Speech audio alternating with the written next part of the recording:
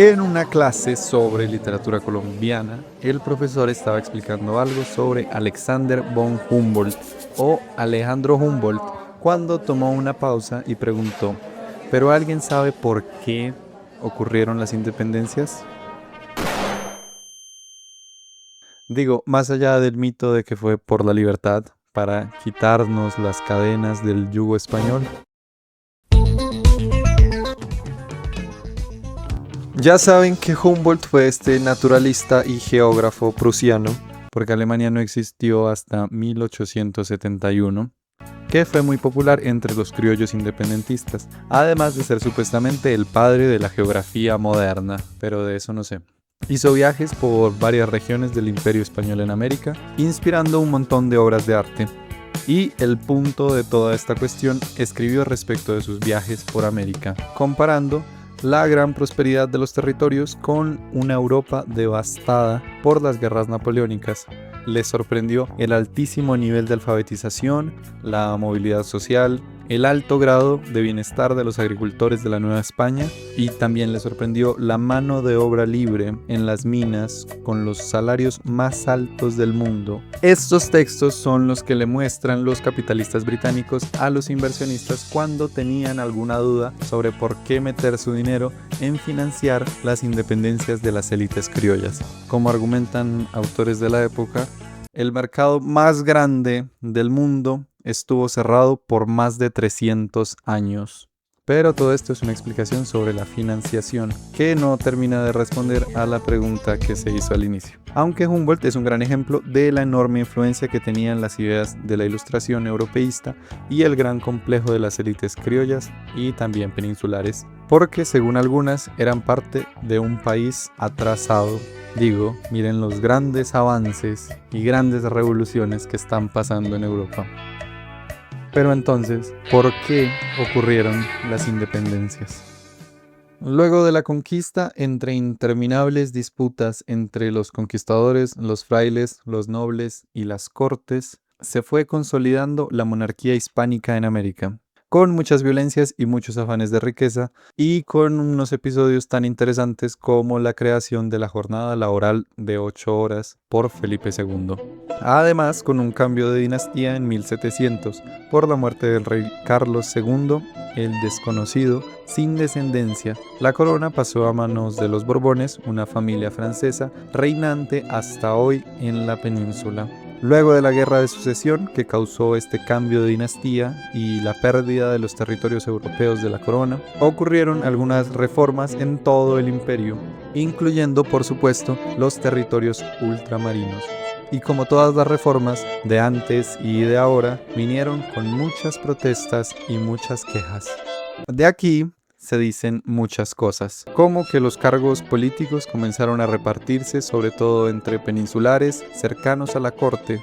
También se habla que con los Borbones llegó también un sistema centralizado inspirado por el absolutismo francés, que echó a perder totalmente el sistema de monarquía compuesta de los Austrias y comenzó a tratar a los territorios ultramarinos como colonias.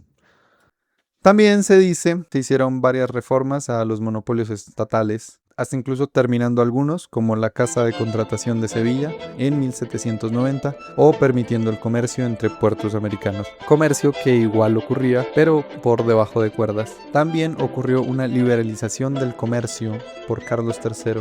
Y a estas cosas se les sumaron la piratería inglesa, con constantes ataques a importantes puertos americanos, que además hundió y secuestró a grandes embarcaciones del comercio entre la península y América. Y a esto también se le sumó varias bancarrotas y guerras que afectaron sobre todo a la península. Todo esto llevó a una alta recaudación de impuestos y un gran daño en el comercio, pero las crisis económicas como los piratas ingleses no tenían nada de nuevo.